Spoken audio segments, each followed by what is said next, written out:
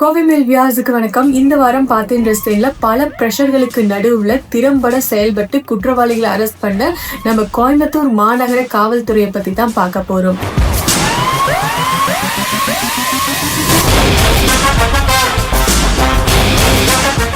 நம்ம கோயம்புத்தூர் உழைப்புக்கும் மரியாதைக்கு மட்டும் பேர் போன ஊர் கிடையாது, அமைதிக்கும் தான். இப்படிப்பட்ட சூழல்ல நவம்பர் 2ஆம் தேதி நைட்டு ஒரு கல்லூரி மாணவி தன் ஆண் நண்பருடன் வெளியே போயிருந்தப்போ 3 பழைய குற்றவாளிகள் போதையில அந்த இளைஞரை தாக்கி அந்த பெண்ணை பாலியல் வன்கொடுமை பண்ணியிருக்காங்க.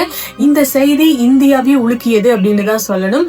உடனே கோயம்புத்தூர் மாநகர காவல்துறை ஆணையரா இருக்கக்கூடிய திரு சரவண சுந்தர் அவருடைய உத்தரவின் பேர்ல போலீஸ் ஆபீசர்ஸ் இந்த விஷயத்துல களமிறங்கினாங்க. கடுமையான பிரஷர் விமர்சனங்கள்லாம் இருந்தாலும் போலீஸ் டிபார்ட்மெண்ட் ரொம்ப பொறுமையா யோசிச்சு நிதானமா புத்திசாலித்தனமா செயல்பட்டாங்க.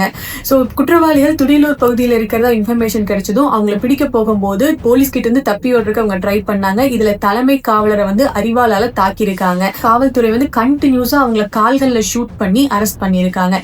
ஏதோ சினிமால வர காட்சி மாதிரியே இருக்குல்ல. போலீஸுடைய இந்த துணிச்சலான செயலை எல்லாருமே பாராட்டிட்டு இருக்கக்கூடிய இந்த வேலையில நம்மளுடைய காவல் ஆணையர் சொன்ன இன்னொரு விஷயத்தையும் நம்ம எல்லாரும் நிச்சயமா ஞாபகம் வச்சுக்கணும். கேர்ள்ஸ் கட்டாயமா உங்களோட போன்ல SOS ஆப்பை இன்ஸ்டால் பண்ணி வச்சுக்கோங்க. உங்களோட எமர்ஜென்சி டைம்ல இது நிச்சயமா உங்களுக்கு ரொம்ப ரொம்ப ஹெல்ப் பண்ணும். தமிழ்நாடு காவல்துறையை எஸ்பெஷலி கோயம்புத்தூர் மாநகர காவல்துறையை மக்கள் பார்த்து வியந்து பாராட்டிட்டு இருக்காங்க.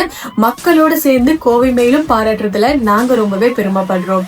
தமிழ்நாடு காவல்துறைக்கும் அண்ட் நம்மளுடைய கோயம்புத்தூர் மாநகர காவல்துறைக்கும் கோவை மேல் சார்பாக மிகப்பெரிய சல்யூட்.